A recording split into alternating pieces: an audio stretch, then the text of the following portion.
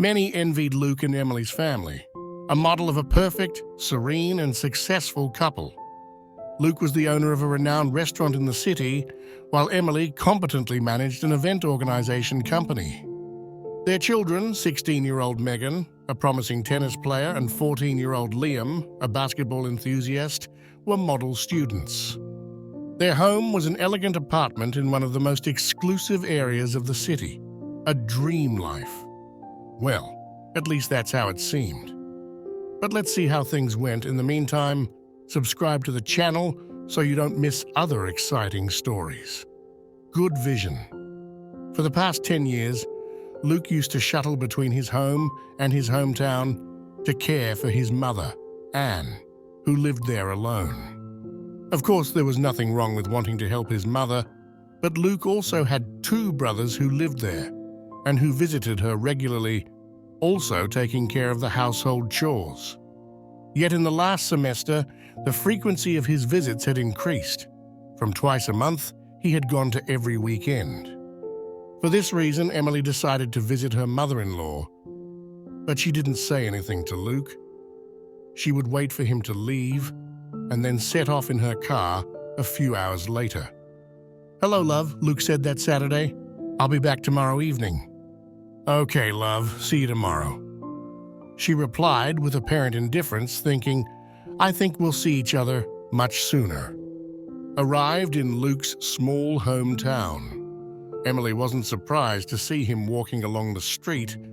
The strange thing was that he was in the company of a young, dark-haired woman. Emily, observing carefully, noticed that the woman seemed very upset towards Luke. Despite this, for Emily, that consideration took second place for obvious reasons. With the phone's zoom at maximum, she photographed the two, barely holding back his tears. Once she arrived at Anne's house, her mother-in-law, Emily, showed her the photo without preamble. "Who is this?" she asked point-blank, pointing at the dark-haired girl. "Ah, so you found out," Anne murmured, looking away. "This is Ivy, a former student of Luke. They met here a few years ago and started a relationship." Emily was struck by the coldness of that answer. "So you've known it all along, right? You knew everything, and you never told me anything." "Emily, why would I? You and Luke have such a beautiful life." "Okay, there's this Ivy, fine. But what changes now that you know? I'm sure you only came here to confirm your suspicions." Emily got irritated, but managed to stay calm. "Ah, how lucky you are to have such a good son," she replied sarcastically, and went out into the village again.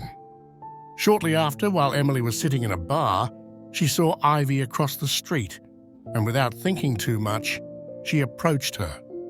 "Hi, I'm Emily," she greeted her, surprising her. "Good evening, Emily. I know who you are. I saw your photos on Luke's profile." "Incredible coincidence, right?" Emily replied angrily. "Sorry, but I need to clarify some things. He came here on the pretext of assisting his mother, but you know the rest, right?"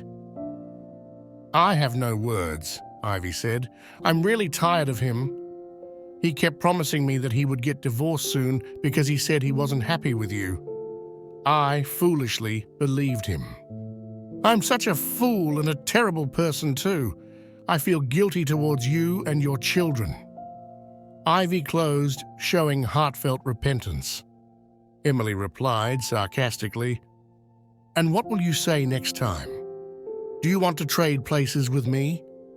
Maybe I would surprise you by telling you that I can't see him anymore, and I would gladly leave him to you forever." At that point, Ivy burst into tears. "Stop crying! I never thought I'd say this, but my husband doesn't deserve your tears." And despite the words she had just spoken, Emily burst into tears too. Shortly afterwards, Emily said goodbye with a slight raise of her hand and ran off towards Anne's house, where Luke was surely also waiting. That's right. He was walking nervously in a room. Emily entered, closed the door, and looked at the man without saying a word. "You came all this way to find out the truth," Luke began. "But think about this. Imagine not knowing Ivy, Think back to when you didn't know anything about us. You were fine, right?" "Are you joking or are you serious?" Emily asked, showing some anger. "No, I'm not joking. I'm trying to save our family. It's over between me and Ivy. Left me. Read higher message. She says he never wants to see me again, that I have to go back to my wife." "But enough with the comedies," concluded Emily, incredulous at how much naturalness and absurd spontaneity reigned in that house. She got into the car and headed home where her children were waiting for her. A few days later, after being rejected by both his wife and her lover, Luke asked for a divorce. He left the management of the restaurant to his deputy and temporarily moved to his hometown to live with his mother.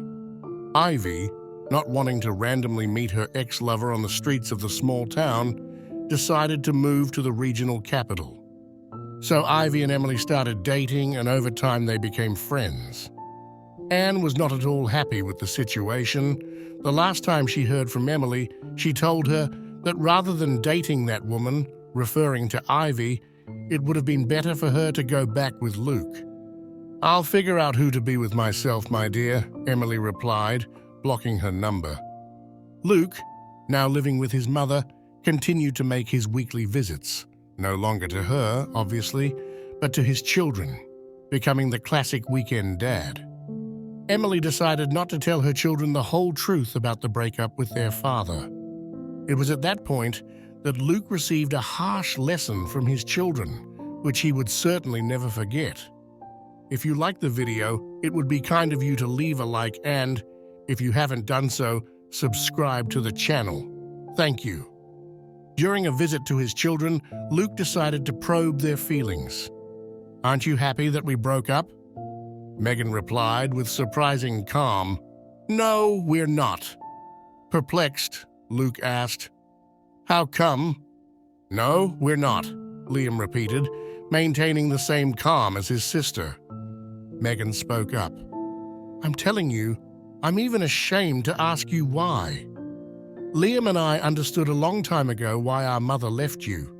We really think that in such a situation there was no point in trying to save that marriage."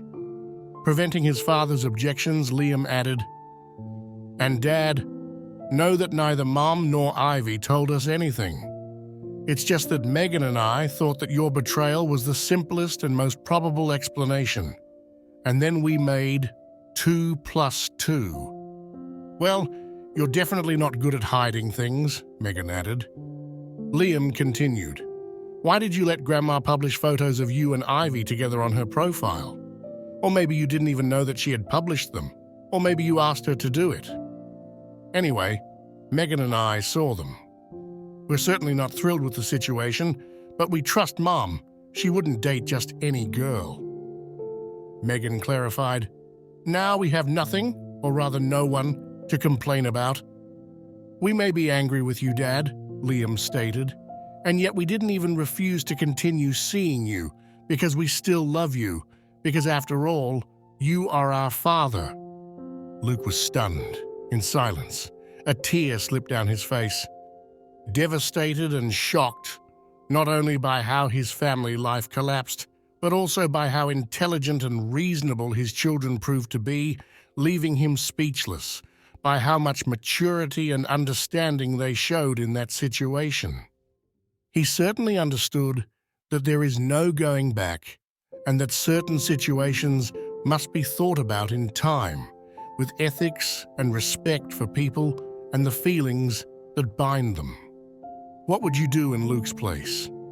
Do you think you would be able to get closer to your children in some way?